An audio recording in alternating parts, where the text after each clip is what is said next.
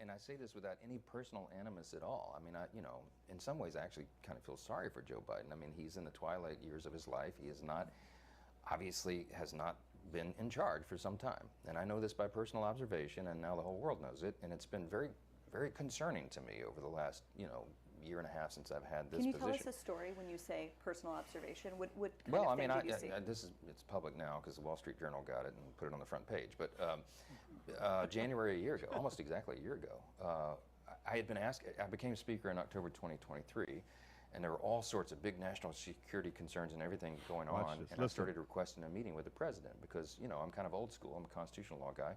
Speaker of the House should be able to talk to the president, especially in times of great national interest and calamity. Yes. But they wouldn't let me meet with him, and his staff kept giving me excuses. This went on for like 8 or 9 weeks. I'm sorry, Mr. Speaker, he doesn't have time. 8 or 9 weeks? What are you talking about? I'm second line of the presidency. He has time. I need to talk to him. 8 or 9 weeks.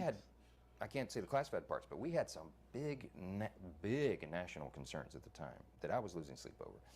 Finally, I just went to the Hill press corps and I said, the president is not being allowed to meet with the speaker. There's a problem. So they started putting pressure on him.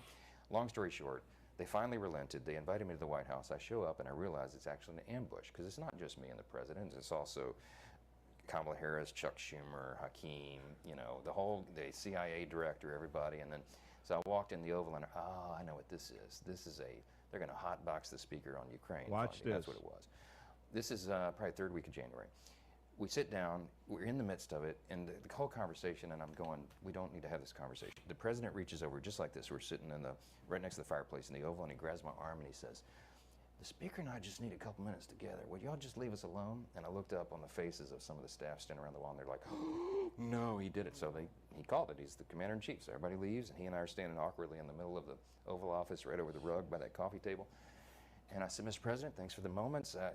This is very important. Listen, I got folks, some it's big coming. national security things I need to talk to you about that I think you know, and what do we do? But first, real quickly, Mr. President, can I ask you a question?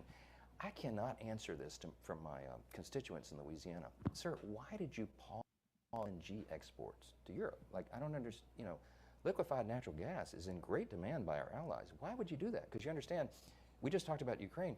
You understand you're fueling Vladimir Putin's war machine because they got to get their gas from him, And he looks at me, stunned with this, and he said, I didn't do that. And I said, bingo. Mr. President, yes, you did. It was an executive order, 3 weeks ago. And he goes, no, I didn't do that. And he's arguing with me. I said, Mr. President, respectfully, could I go out here and ask your secretary to print it out? We'll read it together. You definitely did that. And he goes, oh, you talk about natural gas. Yes, sir. He said, no, you misunderstand. He said, what I did is I signed this thing we're gonna conduct a study on the effects of LNG. I said, no, you're not, sir. You paused it. I know. I have the export terminals in my state. I talked to those people this morning. This is doing massive damage to our economy, national security.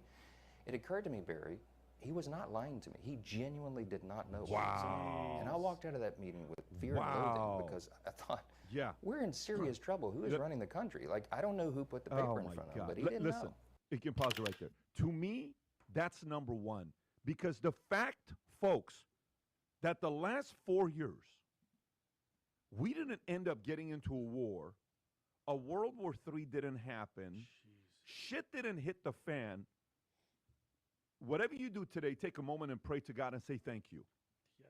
The fact that didn't happen. Because he was a prop, Hakeem Jeffries, Schumer, Kamala, maybe a method through Obama. All of these guys were using him as a prop based on him saying, I don't know. What do you mean you